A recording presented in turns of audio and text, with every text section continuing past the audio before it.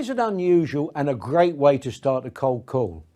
Everyone I've taught this to and who's used it has reported back astonishing results. It's one of my favourite.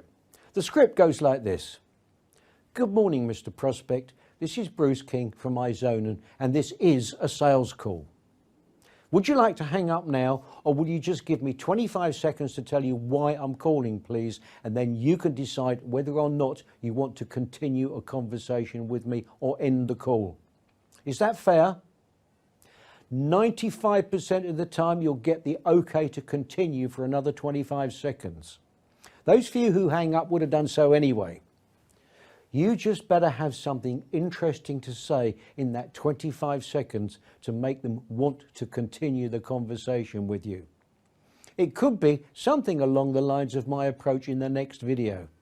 So maybe go watch it right now.